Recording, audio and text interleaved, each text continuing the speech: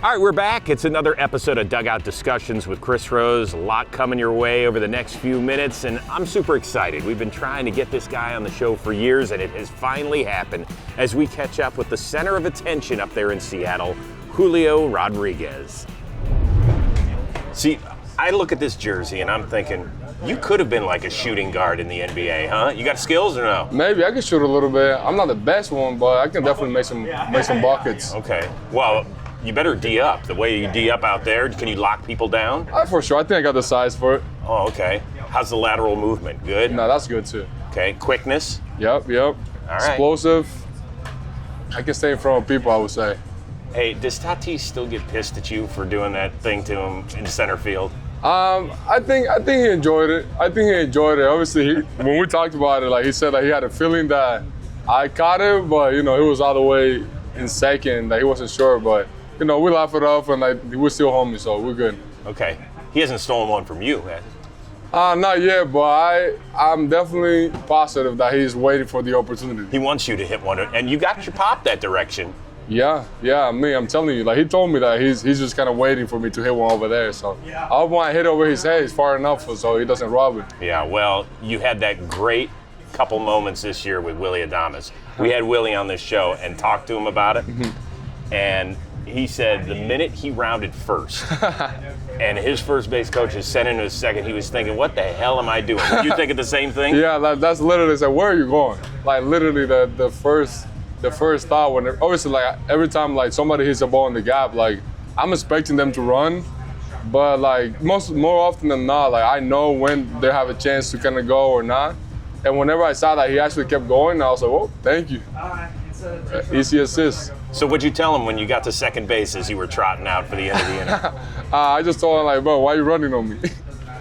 And then he ends up getting you twice? I know. He did really, really good plays. But that's a game, that's a game, and I feel like, we both enjoy that part. Like obviously I want to get the hit, but I know he's a really good player and that he's gonna go out there and make plays. So we definitely had a lot of fun with that. So what's more fun, defense or offense? Like, would you rather steal a home run or would you rather hit a home run? I asked Byron Buxton this recently. To me, man, like I know what you're gonna say, but I'm gonna go with both. I feel like, yeah, I'm gonna go with both. You're man. getting selfish on me. Nah, that's okay. I'm gonna take that. I want to take that. But I think it's really fun, to be able to hit a home run for the team. But at the same time, when every time I rob a home run or do like a very, very good play back there, and I see just the reaction of everybody, I think it's a really cool feeling for me too. So I'm gonna go with both. So what is more fun, stealing a home run at home, where you get the roar of the crowd, or silencing everybody on the road? On the road, I feel like everybody in the whole stadium was expecting that ball to go out. So once you cut it and you bring it out, it's like, ah. All right. Did I read that when you were 12 years old, you were playing against kids in the Dominican at 17 years? They were 17? Yeah, 16, 17. Like since I was a kid, like I was always playing with that older competition. Yeah, so like since I was like 12, I was playing with kids like 14, 15, 16. I remember like when I did the academy I went to, like when they kind of like were scouting me out, it was like I was like at that time, let's say I was 14, but like the whole tournament was of 16, 17, and 18 kids. So it was always with a little older competition. Was it tough, or did you feel like you fit in at that age? I felt like I fit in. I feel very comfortable like playing with like older guys. So. Oh, so you were hitting tanks off of them, weren't you? It's okay to say that? Yeah, I was able to hit a little bit. Okay. So you signed with the Mariners at 16. Yep. But you started out in their Dominican academy, right? Yes. So how old were you when you came to the States for the first time on your own and lived on your own? I came for the first time to the States with the Mariners when I was 17 at the end of that first season, 2018. But then I was 18 in 2019. That's whenever I came full time, started in low A, and then I had that year here. But you've always had such a good, big personality. Was there a little bit of you? Because if I was sent somewhere at 18 on my own, I would be like, damn, this is a little scary. Was it intimidating for you or no? To me, honestly, it was exciting. Because to me, that process didn't really start there. Because like when I was 14, I had to leave my house and like go to the academy in Santiago, and that's when I first started. Gosh. Yeah, that's when I first started living kind of on my own with a whole bunch of other kids. So I feel like having that experience like allowed me to kind of navigate a little bit better once I came to the States. But obviously, like I was in a different country, different language. Even though I was learning English a little bit, like that made it like a little bit difficult.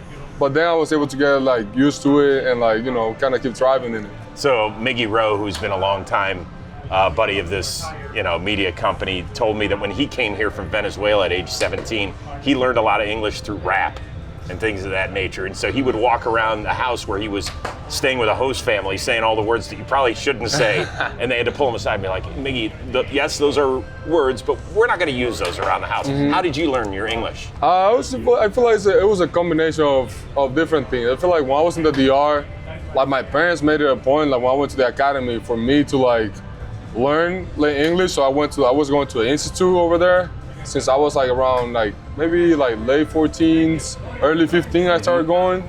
But then once I signed with the Mariners, I was kind of around it a little bit more. I remember having my manager in the Dominican Summer League. He knew English very well. And I remember instructional lead, they sent some American guys. Even though my English was terrible back then, I would remember just like not being afraid, just talking, like trying to talk whatever it was. And then once I came to the States, like that's when like it became a little bit faster because I was around there a lot more. I was hearing it everywhere, and like I wasn't shy, like I just wanted to learn. Like I knew at some point I was gonna have to do things like this when like communicate with other people, and like I feel like to me it was really important to be able to come across as myself. I didn't really like feel so passionate about the idea of having like a translator, interpreter, like things like that. I was never really passionate about that because it's like there's a lot of things that can get misinterpreted or miscommunicated, and I wanted to be able to speak my mind and feel free when I was having communications with everybody. Oh, that's a great thought process. When you get signed by the Mariners, they've got a couple of iconic outfielders, right? Ken Griffey Jr., Ichiro, who's still around the team a ton. So when you got there, do you remember the first time you met each of those guys?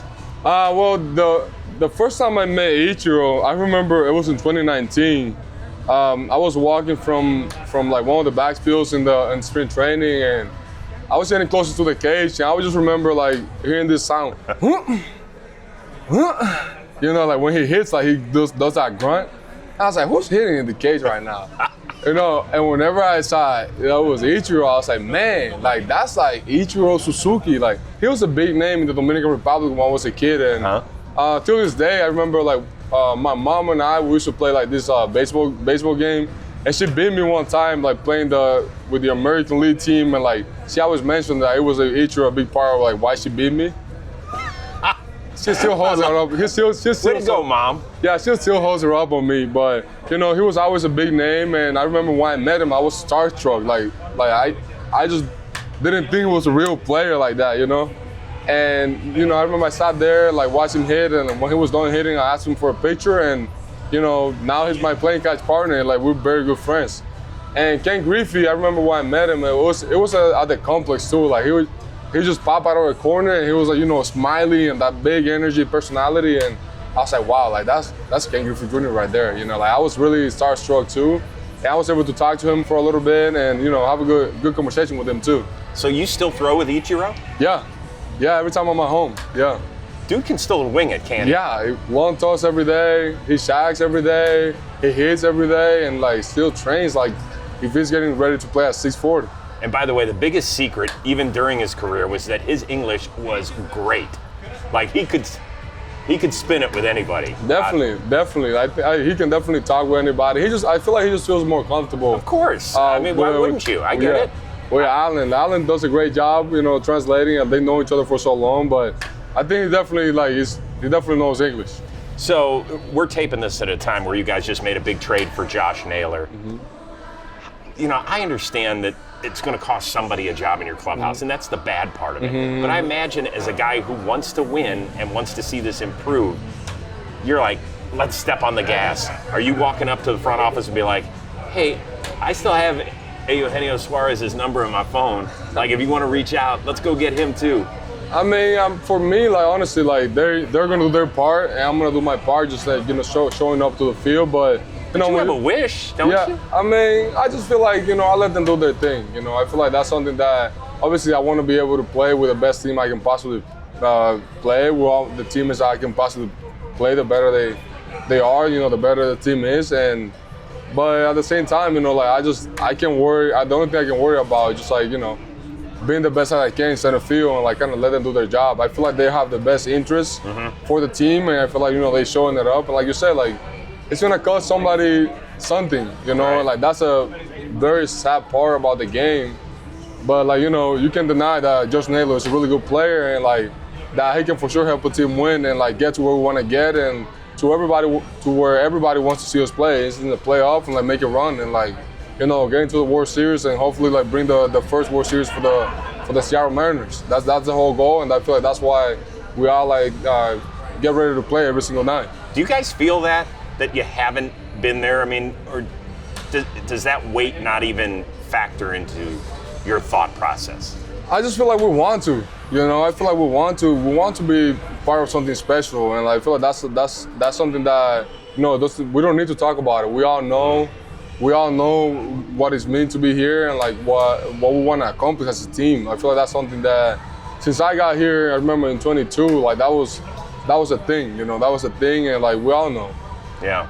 Last thing I got for you. Your dad, an engineer, right? Mm-hmm. Agricultural engineer, yeah. Okay. So what does that mean, by the way? Well, like he, basically like what he does right now, like he helps a lot of people kind of with their, in the agricultural side of things, like with trees, kind of planting more trees. Oh, okay, like good stuff. They are providing like, different type of plants for different areas of, where I'm from, like a little bit farther away, for people to be able to develop like, their like foresty side or like kind of more vegetables or like things like that, because it's like kind of like on the countryside that I'm from. So like he helps a lot with that and with kids, and he's very involved in the community. I love that. And mom, a dentist? Dentist, yeah. So she was on you about flossing every night, every stuff time. Right? All that, yeah. You got good smile. Thank you. Yeah. Does she check your teeth still? Not still. She knows I'm doing a good job. You're doing a good job. Yeah. Do you floss every day? I brush my teeth. I don't know. I just floss I if I hope need you brush to. your teeth, bro. Yeah, every day. Twice. Yeah, every time we eat. Every time you eat. When you you eat, travel with a toothbrush? I have it. You gotta have it. Like, so if you have lunch here, you're going in. I mean, they have for us. Okay, good. Here. Yeah, see, that's nice. That show stuff. Yeah, good clubhouse people. That's the way it works. Dude, it was great hanging out with you. I really appreciate it. And you know what the fun part is this is a family show. In fact, it's time right now to throw. My wife does a segment on the show. Really? So if you want to throw to Questions with the Queen, tell Michelle to take it away. Take it away, Michelle.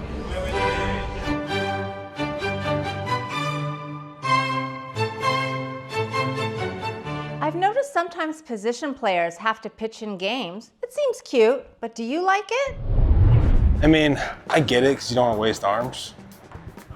So it's tough, but at the same time, it's bad for the brand, I do. I feel like it's a good way not just to kind of like flip the description of what that game means for the team. We all know we're getting beat, by a lot of runs, and other than saving your bullpen and saving one guy over there, and we all know how critical it is to kind of save bullpen arms for the rest of the series. It's never a good situation. I don't hit well off position players. I'm one of the very few that can't. I almost have a worse time doing it. So I'm like one for a lifetime. It's got to be, I'm dead serious, between the minor leagues and here, it's got to be 1 for 20, 1 for 30, something like that. Now, do you like hitting against position players? I do this year, so I think I've been doing really good against position players this year. I think I'm 4 for 5 right now with a homer against position players. So do you feel guilty when you hit a homer off a position player? No chance. They all count the same. I know there's a lot of people out there saying that. You hit it against a position player. You come and hit a home run against a position player throwing 35 miles per hour. I'll bet you that I'll give you like maybe 100 swings and you probably hit one if you ever play baseball before. 0 right here. Have you ever caught anybody where you were like, okay? No. Garv apparently says he's got some good stuff, but I don't know. We'll see. We don't want to see that though. No, nobody wants to see that. I mean, it's entertaining once a season, maybe, but you're also like, damn, this game is not gone our way, and that's frustrating probably in a bit. I'm out on it. I think we need to do something to get rid of that. Just like, why? I think everyone's kind of come to that consensus too. It's like, yeah, I'm trying to get to 20 innings so I can officially become a two-way player. That is the threshold, 20 innings. You get 20 innings, you become a two-way player, and that is my goal. Unfortunately, the last 2 outings haven't gone great. I've only been able to get 1 out. it's weird for stats too. Like guys get a couple homers and it's like, oh, it's awesome. Like, but at the same time, the guys that get out, I mean, Shohei too, Cody struck him out. So it's like, hey, you got to punch out there. That's kind of cool. And I'll tell you, it's a lot more embarrassing to get taken out of the game from the mound than it is from the from the plate to the dugout after a strikeout. Pretty embarrassing, especially when you have to go play center field after. At least when you get to come in the dugout, you just sat in the dugout, and over there, you're just embarrassed, tail in between the legs after failing at pitching. But have you ever wanted to ask Rocco for an AB? I got 2 ABs. I didn't get batting practice for like 7 years. And then they're like, all right, I got hit with a comebacker in the wrist and then was throwing against Kyle Hendricks. And no offense to Kyle Hendricks, but like velocity wasn't there. So I was like, oh, this is like, I might have a chance. And I had no chance. So like, he threw like a backdoor sinker and it would look insane to me. It was like 86 and just carved me up. I got like 1 foul tip. It was fun. Like I got to like kind of like chirp the umpire and be like, that shit's outside, give it to me next time or whatever. And he did. He actually gave me a ball off later in the game, which was helpful. Well, you know, Plouffe at least once a month still mentions the home run. And I like to say he got DFA'd the next day for being an asshole. He could have. All he needed to do was hit a single. The game would have been over. He took me deep, bombed. It was far. He hit it like a lefty. Got DFA'd the next day. Coincidence? I don't think so. Well, yeah, it's entertaining and it's hilarious because they're up there just lobbing it up there at 50 miles an hour getting outs. I mean, I bet they collectively they probably have a better ERA than half the relievers in the league, except for the couple outliers that just give it up. But it's funny to watch. It's not baseball, but it's entertainment. So it's almost like banana ball stuff or whatever it is. Yeah. Yeah, that could be like our version of banana ball. Okay. Man, I'll say yay, just for stat padding reasons. Got to get in there. Me, myself pitching, terrible. I think I have like a 48 ERA, but I'll face some of those guys for sure. Because some people don't like facing. I like facing. It's better than the other guy. Everyone else throws 100. Is there part of you that wants to grab a bat? Yes and no. I've got a 200 average career right now, and I kind of want to sit on those numbers. Keep it right there. Yeah. 200? Yeah, 1 for 5 with a ribby. Hell yes. Yeah. Started my career off 1 for 1 with a ribby off Bumgarner in 14, and it was just downhill after that. I'm indifferent on it. I think if a position player comes in, you're obviously giving up. The game should end. But if you're 0 for 4 going into that last at bat off a position player, sometimes I want that at bat. I feel like, if you end the day 1 for 5 with a homer, that's great. I mean, the likelihood of hitting a homer, still tough, but I'm indifferent on it. I don't know if I want to get rid of it just yet. So you have pitched, right? I have, yeah. And? Did not go well. Is it scary or not? It was scary because it was my rookie year, and they asked me to do it, and I felt like I didn't really have a choice. And I didn't have any off-speed pitches. That was the issue. I got tagged up pretty good. You didn't ephus it?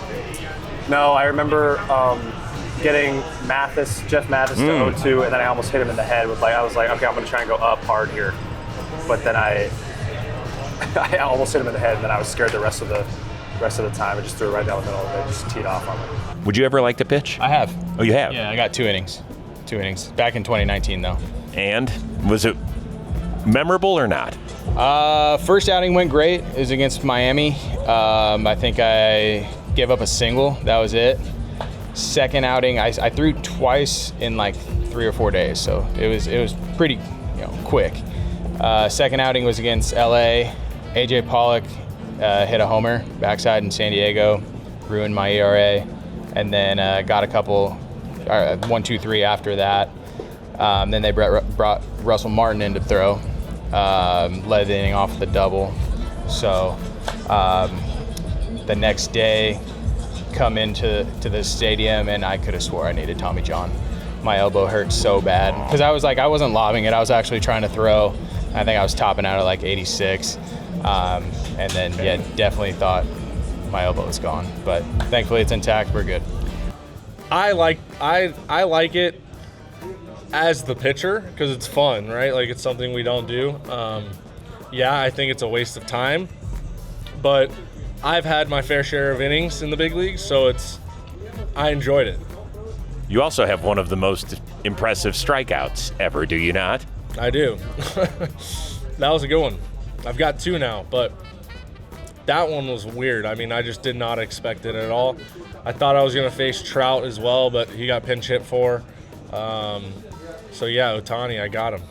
I don't really mind it because it kind of takes like I watch 162 games a year, and then like I think it's a bit of a shakeup, and it's like our position players are fun to watch pitch because they're like goober, you know what I mean? Like when Kike goes out there or Miggy, it's fun.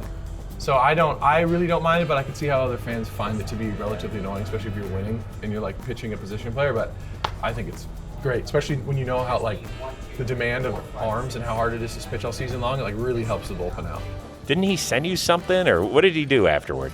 I sent the ball over to the clubhouse in Anaheim, and he signed it and wrote, "What a nasty pitch." It was awesome. That might be the best ever. Yeah, I've got it at my house, the ball. I didn't wish for him to get on first base last night, but if he did, I was going to tell him, hey, thanks for letting me have an MLB record with the most strikeouts father-son duo. But he didn't get to first base. He jogged around the bases, so. Have you ever been tempted to grab a bat and ask your manager to hit off of a position player? I mean, if I hadn't been hurt so many times, probably, but I don't think it's a good look. Probably not. Like, I loved hitting in Pittsburgh. I love hitting in general. Like, I was so bad in Pittsburgh pitching that, like, when I would go and hit, I get like a hit, I felt like I was participating, you know? And it's very much a win-win because I'm supposed to suck, and if I do good, it's like, great. And if I strike out, no one cares. So I miss it a lot. Hey, it was a blast finally getting a chance to catch up with Julio. A lot of good content. He's such a good kid, and he's got a great, great smile. Next week, we're going to stay here at the Big A. Talk to the Angels' budding star, their shortstop, Zach Neto. He's right over there. He's taking pictures. He's signing autographs. He's kissing babies. Who knows what he'll do next time? I got something special planned for him because he's our big-time guest next week on Dugout Discussions with Chris Rose. We'll see you then.